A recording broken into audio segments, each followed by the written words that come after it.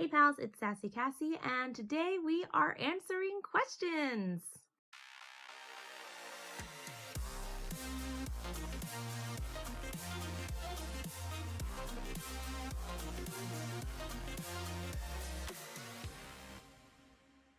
As always, I'd like to thank all of my subscribers and anyone watching this video. Thank you so much for watching and putting out your questions for me. I would also like to give a very special thank you to my patrons. So just a reminder for everyone here that this is a video responding to any of your questions, your comments, recommendations that you left on either one of my videos or the specific post I put out. So if you put out any comments, questions, concerns, recommendations, this is for you. I hope you enjoy, and we'll see what I have to say. I kind of pre-read some of them, but not fully, so I'm kind of excited to get into it. Okay, so first we have a couple of comments on the actual post. We're gonna start with Sophie's and Dan's Life. You said, I've been loving all your videos. Hope you have a lovely break. Thank you, I appreciate that. You asked me what's my favorite anime. I know you've seen I know you've seen loads of anime. Would you watch them with us? So let me talk about the first part of the question first. What's my favorite anime? I don't have one. I am one of the most indecisive people on the planet. I have to do groups of things. So if we're gonna talk favorite anime, I did put out a video recently, I don't know if you saw it, of my top 5. And that is what I'm gonna say is my favorite anime because I can't just narrow it down to one thing. I will say I did include Avatar: The Last Airbender on the list, even though I know it's not an anime, but it is such a good cartoon that if I'm gonna consider everything animated ever, it can't not be in my list. But just in case you didn't watch that video, my top 5 anime, I'm gonna already say Avatar: Last Airbender on the side. It's kind of like an exception to my rule, even though I know for a fact it's not an anime. But I also really love Fruits Basket. I love My Hero Academia is one of my top contenders. Fairy Tail and Cardcaptor Sakura. Those are probably my top 5 of all time. I do have a couple of honorable mentions, I guess, but that would definitely be my top 5. So it's not an exact answer to what my favorite anime is, but I hope that gives you like a range or a ballpark of what I really love. To the second part of your question, I'm understanding. I understand now. I read your sentence wrong. I'm sorry. English is, I'm bad at English. You said, I know you've seen loads of anime. Would you rewatch them with us? I don't know why, but I didn't realize that the rewatch was together. I thought it was you are, but would you rewatch them with us? In a manner of speaking, I guess I would rewatch something, but 1, it would depend on what it is, and 2, it would depend on if I get some help. I know I've mentioned this before, I do all the stuff myself. I edit, I make the thumbnails and all that fun stuff, so it does become very time consuming to do it all by myself, especially because I also work full-time. So it would maybe depend on a couple of factors because I would love to do more things. I know sometimes I guess it's kind of boring that I mostly just watch Naruto and then Demon Slayer like every now and then, and I wish I could do more, but it's just I tried, I feel like, to do more at one point and it was extremely overwhelming, and so I'm trying to be more realistic about what I can handle myself. So at the moment, I'm gonna say probably not right now, but hopefully if I can get some more help, then maybe I would do kind of like a throwback type of series where I might rewatch something with y'all, or I have considered for a while, like maybe on my Patreon doing like a Google Hangouts type of thing where we all just kind of like, me and the patrons get together and like we can watch something, even if it's like a rewatch for some of us. So I don't know, maybe potentially in the future. I hope that answers your question. So thank you for submitting. I do know that you submitted quite a few questions, or you made a couple of recommendations, but I will get to that later. The next one, Aaron Bush. You said, how are you enjoying Naruto and what do you think of Demon Slayer? So Naruto is getting me in the feels. It has that old school, I know it's an older anime, so obviously, but it has that old school, like, I've mentioned this in some of my videos that have been coming out recently about how they do that thing for people like me to make us feel jittery, you know, like, oh my gosh, what's gonna happen, but they just drag it out with all the staring and the, you know, intense music. They do that on purpose for people like me. So I'd say I'm enjoying Naruto very much. I wouldn't say that it's necessarily one of my favorite anime ever, but it is kind of hard to knock some of those down for me because I have loved some of them for so long. And I do love Naruto. It has a special place in my heart. I have much more Naruto things than I ever thought I would ever have in my life. But you know, I'm enjoying it, and I'm glad that I went on this journey. I'm honestly, if I could, for anybody watching this video, just a little tidbit for y'all, I have been considering watching Bleach because I do vaguely remember reading like some of Bleach, but I didn't get very far. And I've considered it because it is in that same realm, because I'm feeling like, you know, if Naruto turned out to be as good as it is for me, then maybe Bleach will also turn out to be better than what I remember. So I don't know. I think it's kind of on that same wavelength. It's better than I expected. I'm enjoying it a lot. And then Demon Slayer. So Demon Slayer is hard because I do think it's good. I think the animation is great. I think the music is great. If anybody listens to my podcast, my friend Lisa spent half an episode trying to convince me to watch Demon Slayer. And while I do enjoy it, again, it's not one of my favorites, but I think now that I'm getting more into season 1, there are just more things that they have like revealed about, you know, the world, the mystery of it all. And if anybody listens to the podcast, you will know I do love a good mystery. I love trying to figure it out, which is why I'm always like guessing about, I have crazy person theories all the time. I love guessing and trying to figure out the mystery and the whodunit and who's behind it. So I think Demon Slayer is great in that aspect, and I am enjoying it now that we've been getting introduced to more characters.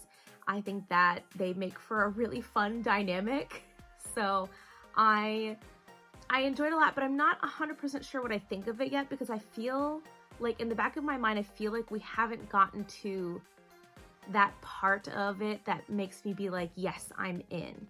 Because, so another, I guess a caveat to that is that I am kind of a fluff kind of person, which maybe people might not know because I watch a lot of shonen, but I also have a lot of manga, and most of my manga tend to range in the shoujo range because I love the fluff. And it's not that I don't love shonen, because I also really, I mean, My Hero Academia, Yu Yu Hakusho, two of my all-time favorite things are definitely shonen, definitely, especially Yu Yu Hakusho can get really dark. So it's not necessarily the darkness that bothers me or anything like that. I just not really a gore kind of person, but I feel like there's something to the story, I just haven't gotten there yet. And I'm giving it a lot of grace, one, because all of my friends have recommended it, and two, because I know at least for Naruto, now granted Naruto's a little older, and older anime kind of had a different way of pacing their things as opposed to things these days, but I'm kind of giving it some grace because I wasn't really sure about Naruto until episode 19 when Haku and Zabuza and Naruto, they had that moment. I wasn't even sure. I was about to give up on Naruto. If anybody goes back or might recall that I was about to give up on Naruto, and then that happened and I was like, I understand, I'm in it. So I'm still kind of waiting for that moment for Demon Slayer. I hope that answers your question. So Debbie Cohen 27, hello, it's been a minute. How are you? You said, hey Cassie, hope you have a great break. Thank you. I will do my utmost. I will still be at work, but I won't have to come home and edit every day, so I'm hoping I will get to enjoy it. You said, I have a whole bunch of recommendations, but my main ones, provided you haven't already watched them, are Bungo Stray Dogs, Ouran High School Host Club, Dr. Stone, and Komi Can't Communicate. So for that first part, Bungo Stray Dogs is on my list of anime, because I have kind of like two lists. I have an overall list of anime that I want to watch, but Bungo Stray Dogs is on my list of things to potentially react to. But I go back and forth sometimes with anime. With all my anime, I'm like, should I just watch it or should I also react to it? I don't know. It's like this weird fine line, because I also know, again, that I can't handle more than I'm already taking on. So a lot of times I'm like, well, if I wait, then it's going to be a minute till I get to that. So, but it is on the list. Ouran High School Host Club, I have watched. I own the whole 18 manga series. I don't know if you watched it, but I had a video where me and my friend Liz, well, I had made her watch the first episode of Ouran High School Host Club, and she actually really enjoyed it, and she wanted to watch the second episode, and I kind of like talked her into recording a bunch of stuff that day, so I was like, sorry, only one episode, but we'll come back to it. So, yes, I love Ouran High School Host Club. That was one of my very first anime ever. I think if you are in like my age range, typically one of your first anime was Ouran High School Host Club. So yeah, it was a good one. Dr. Stone. So Dr. Stone, fun fact, I watched the first two or three episodes and I thought it was amazing. I thought it was really good and I wanted to keep watching it, but I kind of just stuff happened and I kind of fell off of it. And that is another one that I've kind of considered doing reactions to and just being like, okay, I watched the first 3 episodes, here's a quick me rewatching recap, and then going on and doing reaction videos. But it's also one of those where I'm like, maybe I should just watch it because it's gonna take forever before I can actually get to Dr. Stone, because Naruto is taking up so much of my time, and then I also have Demon Slayer, which I think season 3 just started, so there's a lot going on there, but it is on the list. Komi can't communicate. I have been telling everyone, screaming from the rooftops, that you guys, everyone just needs to watch Komi Can't Communicate. It's so good.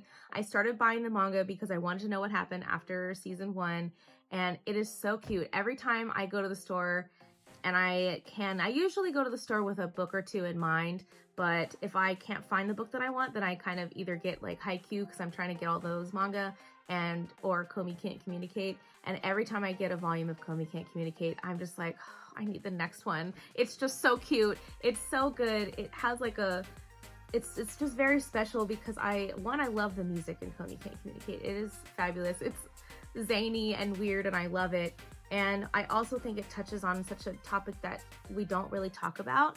So I really, really like, granted, it goes about it in a kind of extreme manner, but for some people it is that extreme. So I really, really like that series, and I really want Netflix to make a season 2, but in the meantime, I'll just keep reading the manga and it's gonna be fine.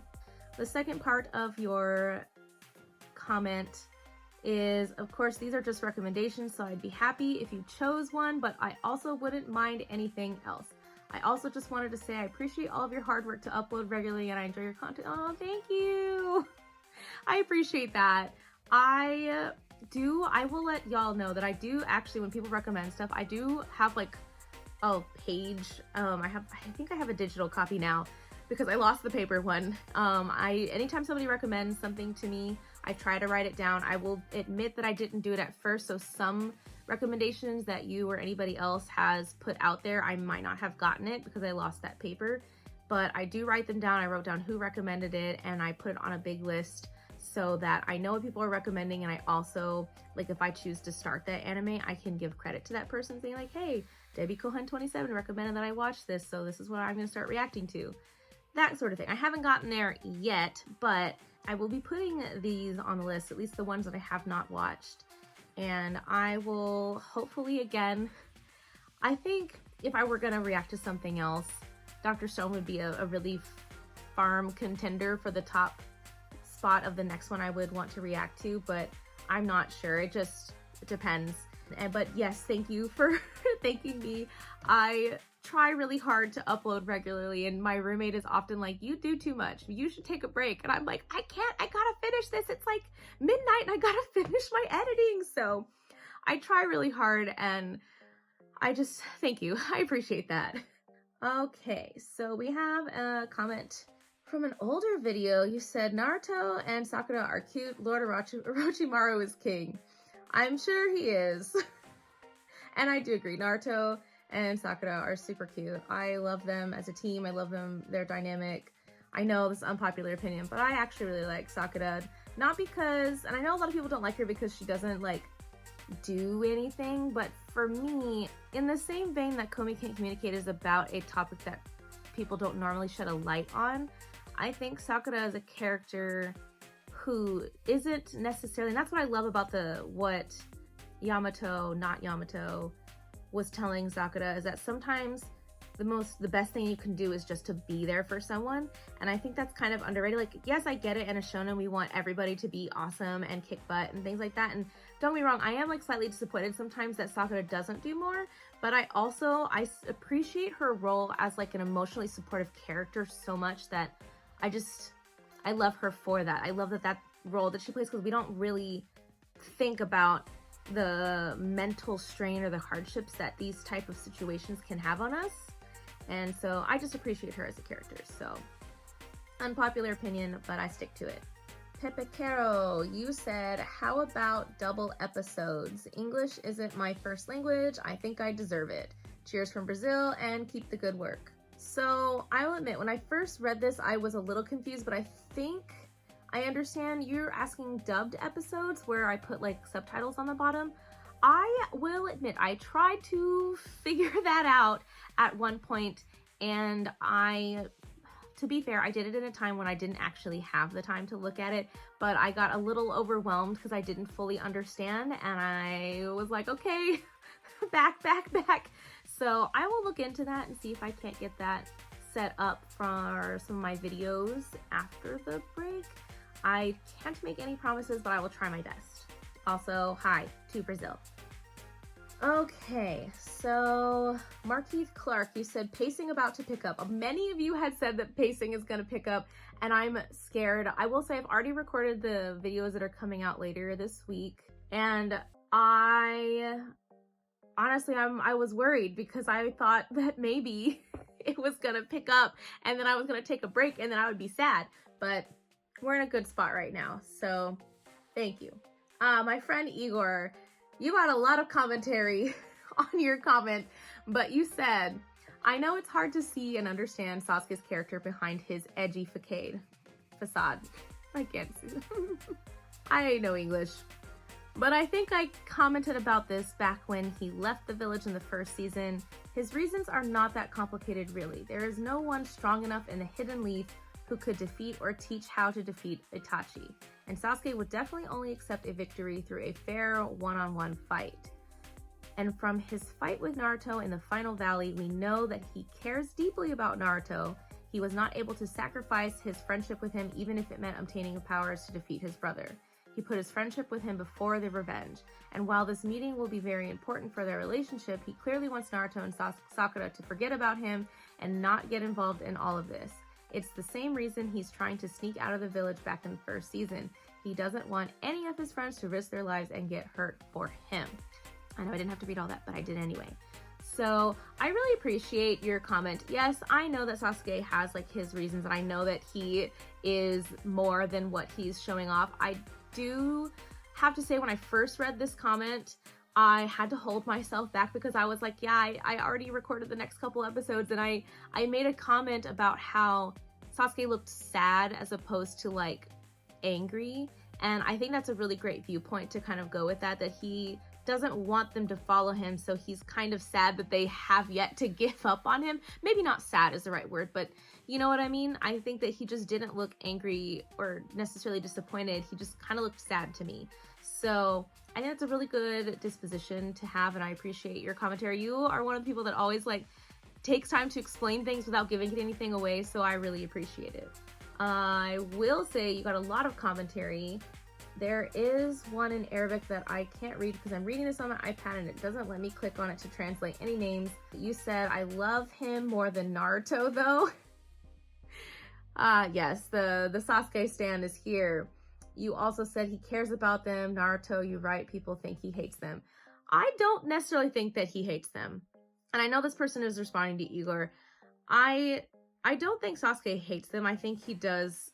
In many ways, I think Sasuke is kind of like a tsundere character, just kind of not the typical tsundere character you might think about. I think he does care about them, but again, it's like you said, that his revenge is so important to him that he's willing to sacrifice himself to obtain that revenge, but he also cares about his friends in the back of his mind, and he just like doesn't want them to get involved. It's hard for me because I'm also like friendship is magic, so I know that he sees the certain path, and I totally get that, but I just, sometimes we need people to help us, and he did seek help from somebody, but because I'm a friendship is magic kind of person, I wish he had sought help from somebody else, but that's just me. I know it's not the case. I'm fine. Everything's fine. I'm so sorry if I say your name wrong. Ferris or Ginji? You responded, I get what you're trying to say, but by that logic, he could have stayed in the village then because Orochimaru isn't stronger than Itachi. They did mention that, and I don't remember if that episode has yet to come out yet, or if it was last week's episodes, but Sasuke did mention that neither him or Orochimaru are strong enough to defeat Itachi. So that's kind of why they're doing whatever it is they're doing. So I do understand what you're saying in that regards. But Igor, you also responded, good point. I think Sasuke definitely had the intentions of giving his body to Orochimaru before Shippuden because he believed this fusion would be enough to defeat Itachi. Not to mention Orochimaru's manipulations and promises of quick and effortless boost or power boost. He actually says so himself in the next episode that neither him nor Orochimaru are strong enough to defeat Itachi, though we know that he has different plans now for the immortality jutsu ritual. Did not know that. I probably shouldn't have read that comment. So yeah, we're gonna just pretend we didn't read that. Other responses. Chandler Morgan, you said Itachi did this to him. Yeah. And then that same person, I feel so bad. If you are watching this, please tell me how to say your name since I can't translate it. You just gave a little tear emoji. And then you also said, poor Sakura, she simp again. And then you had a crying, laughing emoji. To my Demon Slayer video, it's Robin, which is definitely Lisa's sister. She just put a bunch of smiley faces on. What does that mean? I'm not gonna ask. Okay, Sophie's and Dan's life. You have the next several comments. So the first one you said, have you watched Inuyasha and Ranma? If not, would you react to them? So it's funny enough that me and my friend Lisa on our podcast had a discussion about Inuyasha because I have never fully watched Inuyasha. I remember watching one of the movies one time, and I have a lot more knowledge about Inuyasha than I did about Naruto when I came in. Because I feel like more of my friends were into Inuyasha when I was in middle school, so I do know a lot more about it, but I've never actually watched it. So it is one of those that I consider, but I feel bad because I already sometimes get flack from people in the comments about knowing too much about Naruto, even though I basically knew nothing. I just knew vague character names, and I've seen posters everywhere, obviously. But it's also been out for so long, so there are some things that I kind of already know, but Inuyasha's a little bit more than that. I know that, Kikyo and the resurrection and, they've got this weird love triangle thing going on. So I know that there's a lot more, or I know a lot more about Inuyasha than I did about than I did about Naruto going in. But, so that kind of keeps me on the fence about whether I want to watch it or react to it or not. As far as Ranma Half goes, I actually own all 36 volumes of Ranma. That was one of the first manga I ever started buying. And I like it a lot. I think the antics are crazy. Sometimes the fan service is a little much, but I really enjoyed the story overall, and I like their dynamic. I don't know if I would react to Ranma, mostly because I own it, but Inuyasha is definitely on the list. You also said, I don't know if you watch Fairy Tail in English dubbed, but when Gashio confessed his love for her when he thought he was going to die, the guy voice actor for both of them were just so beautiful. I could feel it. I understand. I do watch Fairy Tail in dub. That was, I think, one of the first anime that I actually really enjoyed in dub. I know that there's all kinds of controversies about dub versus sub and whatever, but I also, if you didn't know, if you don't listen to my podcast, or if you haven't watched some of the videos where I've had my friend Lisette on, my best friend is a voice actor, so I strongly support English voice actors, and I know that the voice acting isn't always the best, at least in older anime, but I will always support voice actors, not just, because my best friend's a voice actor, but not just because of that, because I think they do good work, and I actually really enjoy the Fairy Tail dub. And I love Gashio's voice actor so much. He also plays Coach Ukai in Haikyuu, and it's fabulous. I love him. And yes, I love when he confessed to Levi. It tears to my eyes. Oh, it was one of when I read that, and then I was like, and then it got animated. I was like, oh, beautiful. I love it.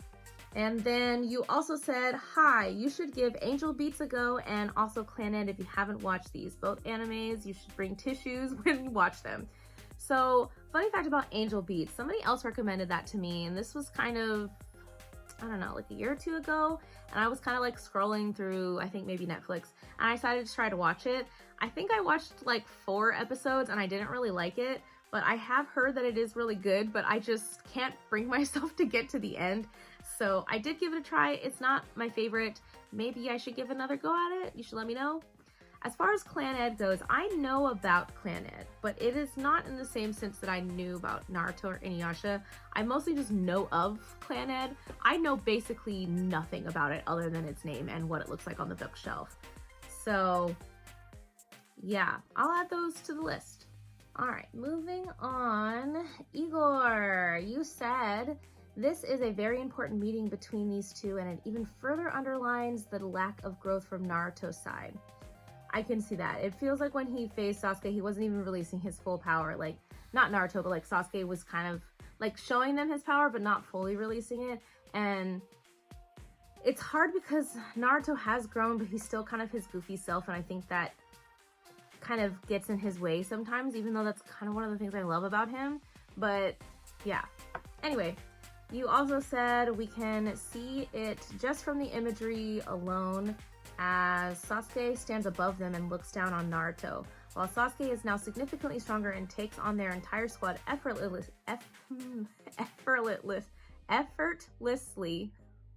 I can speak English. Naruto is laying on the floor, struggling yet again to suppress the Nine Tails' power and his emotions. Just a cat, but he was tired. I mean, I understand what you're saying. I do understand what you're saying. I don't want you to get the wrong idea, but he was also really tired. Anyway, as the fox says, Naruto always relies on his power, not being able to, at the critical moments, to do anything on his own.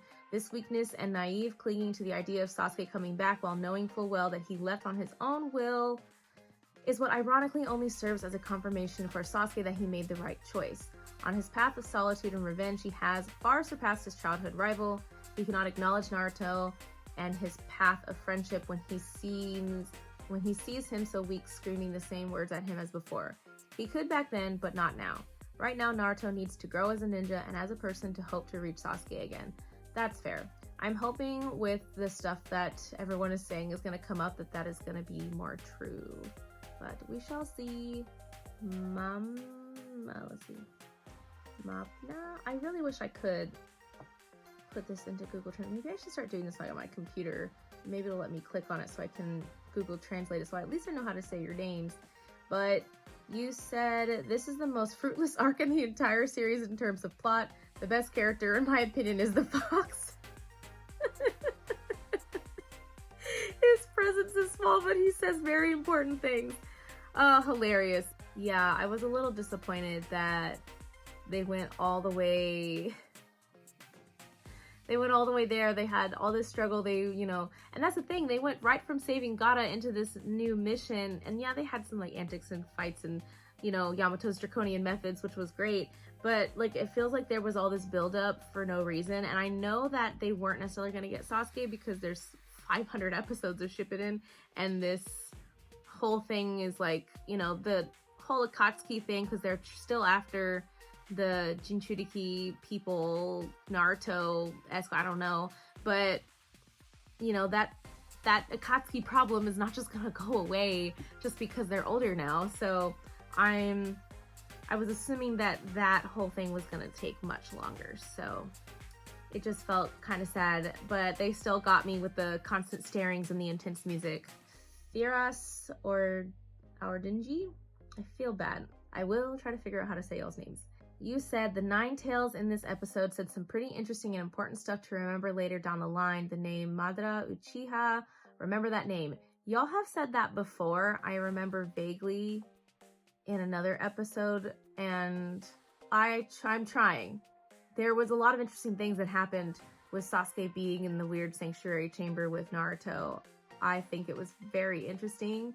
I want to know more about how that whole situation works, and I'm sure we'll get there, but left me with lots of questions and lots of crazy person theories. Okay, Spartan40, you said, I honestly thought you were a grumpy Indian dude until the sound kicked in. That was unexpected, not gonna lie. Okay,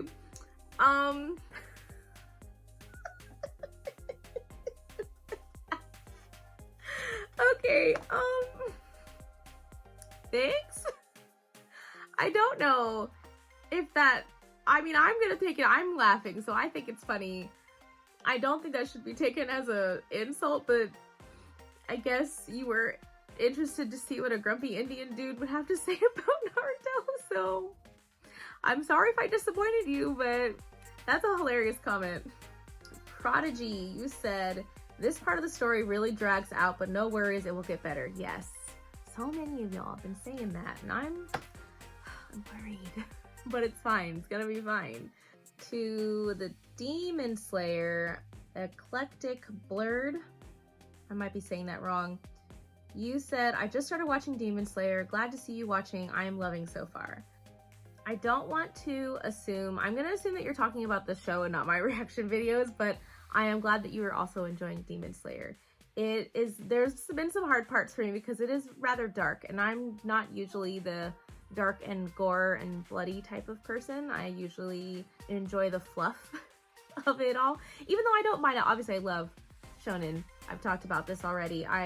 Yu Yu Hakusho is one of my absolute favorite animes of all time, and that is really dark. That gets really, really dark. But sometimes it's hard for me to process, especially if I'm not in a good place mentally, which is why I always balance it out with fluff. If I watch something dark, I'll always watch something fluffy to follow it. So Igor, you said, actually there are not a lot of Sasuke stans in the fandom. Most of the people can't stand him, LOL. By the way, I hope you're skipping the filler arc. It's really not worth it. You can just watch it on your own if you want. So to the first part, I'm glad to know, because I will let you know, I did a summer program like 2 summers ago where I did a kind of like a theater camp. And one of my kids found out that I started watching Naruto, and she started asking me how I felt about it. And I was like, I really don't like Sasuke. And she told me that I can't hate Sasuke. And I looked at her and I said, yes, I can, watch me. And she goes, I don't understand why you like Sakura. All she does is marry Sasuke and become a doctor. And I was like, I didn't realize being a doctor was such an easy feat. But whatever. She was like 9, so I thought it was hilarious. But I'm glad to know that there are not a lot of Sasuke stans actually in reality. Not that it matters, you can like whatever character you want, but he's just not my favorite. And I am skipping the filler arc. I've already recorded the episodes that are coming out later this week, so I've watched, I think, like 56 and then skipped to like 72 or something like that. I skipped that filler arc, which did, spoiler alert, kind of confuse me because they had like bits and pieces and I was like, what is happening? And then I was like, oh, this doesn't matter, didn't happen. So yeah, I am gonna skip the filler. I believe when I first started watching Naruto, I can't remember who sent it to me, but they sent me the link of all the list of episodes and what's filler, what's mixed canon, what's manga canon. So I pretty much watch everything except for full-on filler episodes. If it's mixed canon and filler, I'll still watch it because it still has canon parts in it. So I'm gonna try to skip all of them anyway, and then maybe later I will go back. And then our last 2 comments was actually to the Oran High School Host Club video, and it was Sophie's and Dan's life. You said, what was your first ever anime you watched? Okay, this is a fascinating question, I feel, because I feel like many of us watched anime as kids without realizing that it was anime, like Pokemon and Yu-Gi-Oh! And Digimon. You know, we've all watched those. I definitely did also watch Card Captors before I realized it was an anime. But I think I consider my first one to be Tokyo Mew Mew or Mew Mew Power, depending on which translation you're looking at. So I'm the oldest of 3, and my mom was a single mom. Well, still is a single mom, but you know, we're all older now and we all don't live at home anymore. But I, at many times in my life, kind of focused more on like helping my mom as opposed to any of my own hobbies. So this is valid because there was one morning where my mom went to work. It was a Saturday morning.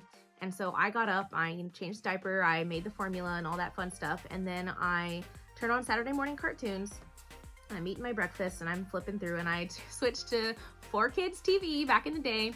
And there was a weird show on it. It was Tokyo Mew Mew, or they called it Mew Mew Power. And I thought it was weird, but I was like, this is weird. I'm gonna watch it, because why not? So I did. And I thought it was really weird and strange, but fascinating. And I kind of wanted to know more about it. And then that Monday, I went to the cafeteria because in my middle school, you were not allowed to roam around the school. You could either sit in the cafeteria until they opened the hallways for you to go to your class, or you sat outside.